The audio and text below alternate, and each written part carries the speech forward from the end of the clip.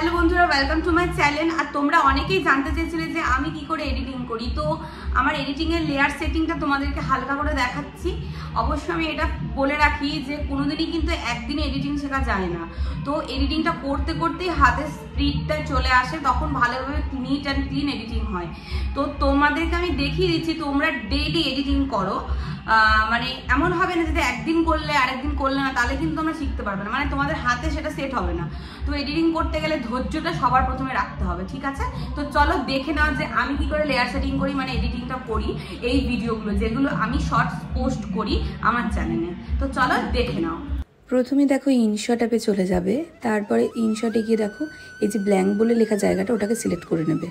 করে নিয়ে তুমি ভিডিওটার যেই ফরম্যাটে ভিডিওটা করবে আর কি, আমরা তো বেশিরভাগ এই টিকটকের ওই ফরম্যাটেই করি ভিডিওটা। তো সেখানে সিলেক্ট করে নিয়ে তারপর তুমি পিপে যাবে। পিপে গিয়ে তুমি ভিডিওটা সিলেক্ট করে নেবে যে কোন ভিডিওটাকে তুমি লেয়ার কাটিং করবে। তো সেই ভিডিওটাকে সিলেক্ট করার পরে আমি চলে যাব মার্কস অপশানে গিয়ে ওখানে যেটা গোল মতো আছে ওটাকে সিলেক্ট করে নেবো। সিলেক্ট করে নিয়ে ওটাকে ব্লেন্ড করব হালকা হালকা করে। দেখো ব্লেন্ড করার পরে কিন্তু বোঝাই যাচ্ছে না যে ব্যাকগ্রাউন্ডটা আমার পুরো চেঞ্জ হয়ে গেছে। তো এখন অবধি আমি এইটুকুই দেখালাম, কারণ অত্যাধিক বেশি দেখালে তোমরা সেটাকে করতে পারবে না।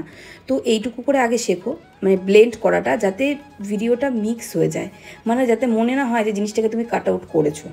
আর ফুল কাট আউট করলে কিন্তু তোমার ভালো হবে না ভিডিওটা, ঠিক আছে? তো এইভাবে করে আমি ফ্রিভাবে এটাকে সেভ করে নিলাম ইনশট অ্যাপে। তো আশা করি তোমাদের ভিডিওটা অনেকটা সাহায্য করবে এডিটিং করতে।